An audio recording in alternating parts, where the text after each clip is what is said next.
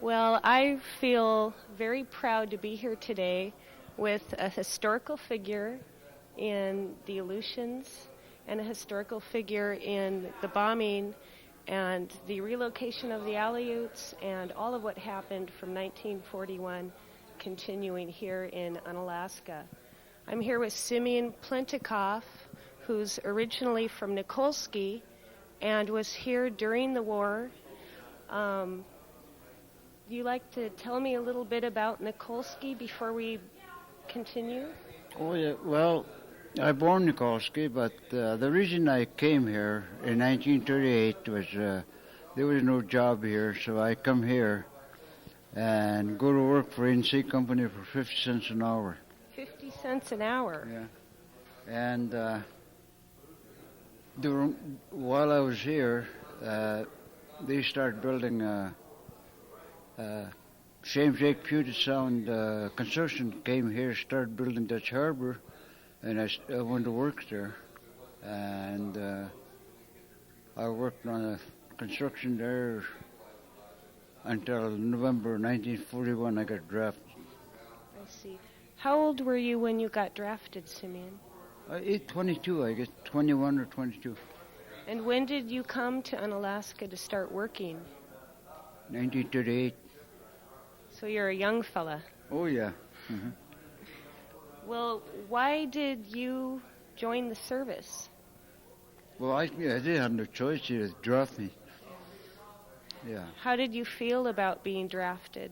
Oh, I didn't mind it. It was something different, new to me, How many other friends from either Nikolski or Unalaska that were native were drafted also? I don't have no idea because they might have, some got drafted maybe later on, before Pearl Harbor. After Pearl Harbor. So you were the first one that you know of? Yeah, from Nikolski. And what happened after you found out? Did you find out through the mail, or how did you find out that you were drafted in those days? Well, they had a civil service office down here in the post office. Old Mr. Hope who was in charge of it. Is that Bill Hope? No. Nope. Charlie Hope. Charlie Hope? Charlie Hope, yeah. So, how long did you have to go through training then for a while before you were actually located out here? Well, when I got Fort Rich and Anchorage, they put me in 297th Infantry training.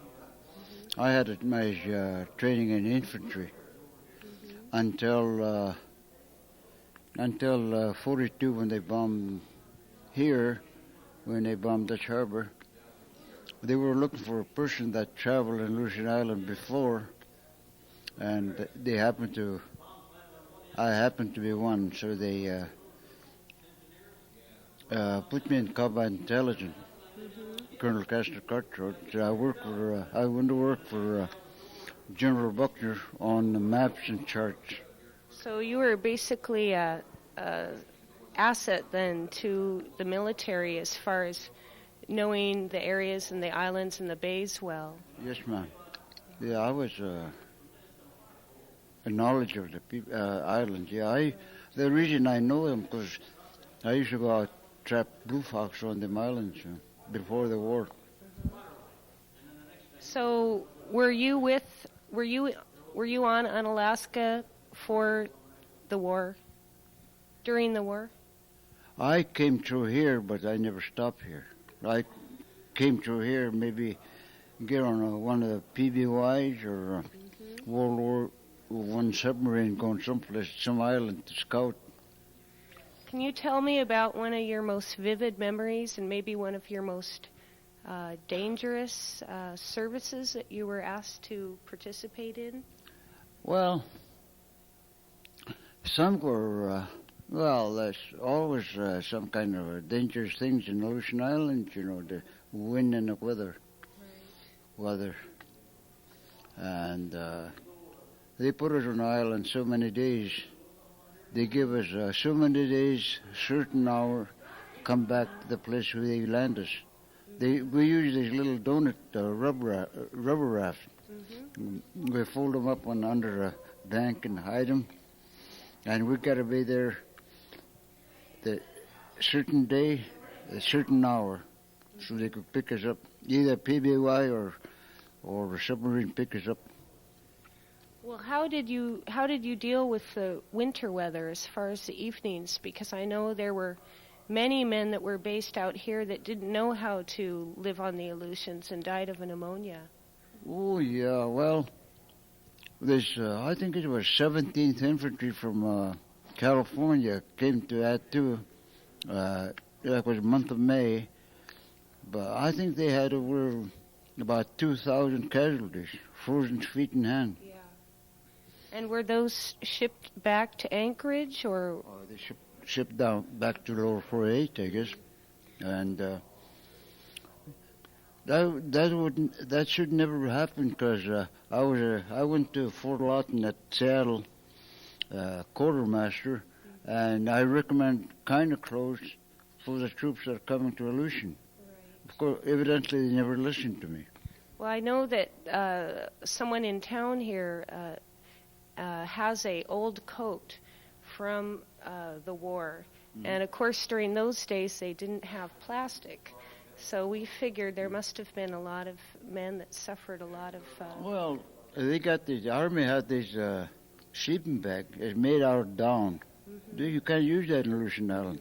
Once you get wet, right, it's no good. Gone. No gone. Yeah. Well, what did you recommend to the military? I recommended these old sleeping bags like they used to have here, canvas cover. You know, canvas will shed water. That's another reason we never used army packs. You know, they roll them up a little. We use Nelson backboards, you know, with the boards on. Yeah, we carry our food and everything in it. So let's look at these medals here. Simeon brought some medals here that I'm sure he spent a lot of time earning a few years back. Could you tell us about them? This is a Bronze Star. It's a Minotaur's Achievement. And it goes with this Combat Infantryman badge. And now, did you ever wear these on your sleeves to try to pick up some pretty girls, or wear the ribbons, not the medals? No. I see. This one here, that's a presidential citation. You know, Delano Roosevelt was the president of the United States then. We call a presidential citation. And what does that symbolize then? Oh, like on a field against the enemy with the arm. Makes you a hero. Well, you're definitely a hero. What about this one here, the American defense? This one is good conduct, no time lost. Never lost time. This is American defense with a clasp. Foreign service labeled at the top. I got that, you know, Alaska wasn't a state during the war. See, every time I was in foreign service when I'm in Alaska, and I get foreign pay. But when I go to Lower 48, I still get foreign pay. And this is Pacific Theater. Pacific Campaign? Yeah. It's got a palm tree on it. That must have something to do with Pearl Harbor, possibly? No. The reason I didn't stay there, they sent me there, Okinawa, and a couple of days or so, I got touch of malaria. So they sent me back. I never did get a chance to fight on the island. I see. And this is American Defense, World War II victory medal. I have another label button, honorable label button, honorable. You could wear civilian clothes anytime. I see. And this says down at the bottom here, awards for Aleutian Campaign Service, 1943, Simeon P. Pletnikoff. Yes, ma'am. And I did want to ask you a question. During all this time, I'm sure it was very confusing. There were a lot of decisions that you had to make. How did you feel about the relocation of the people that had been here for so long? Well, and also being a part of the family.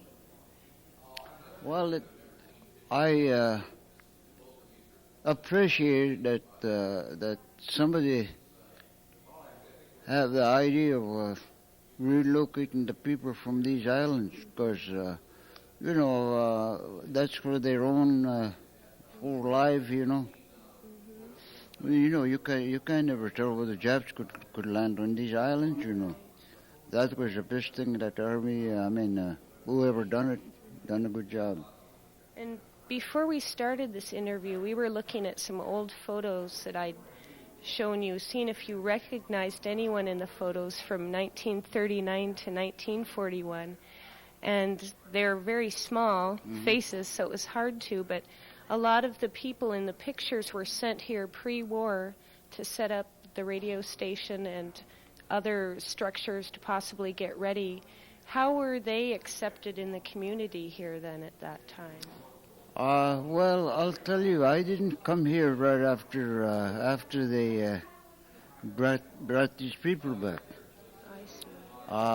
They were brought back here in 1944, I think, yeah, and I didn't come back here till 46. Did you come here, though, before the war? Yeah. Yeah. Oh, right. yeah, I worked here before the war. Right. So when these people suddenly, were you here during the time when suddenly a bunch of people from Navy, Army, military, radio hams were coming up here, building structures, trying to get things ready, and there was talk going around town, and what was the juicy gossip in those times? Well, maybe people, I think people like it. Mm-hmm. Yeah. Well, I'd like to thank Simeon for coming today.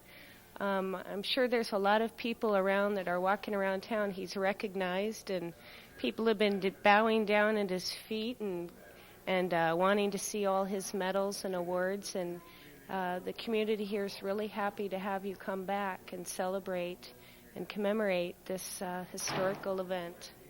Thank you. And I thank you very much. I'll just add it on. Where do you live now? Where are you living now? Nikolski. Oh, you're back in Nikolski. I retired down there. I had a lot of places to retire, but I born in Nikolski, so I think bigger. I live off the land. Do you still have family in Nikolski? No, I have it. You name it, I have it. First. Okay. Yeah. Those are great. So are we ready? Okay. We have one last question for you. We were wondering how it feels to be back here in Unalaska during the commemoration with all the old black and white photos and people you probably saw, like Gertrude when she's 16 in one of those photos, or different people that used to know. And how does it feel being here today with all the same old group? Yeah.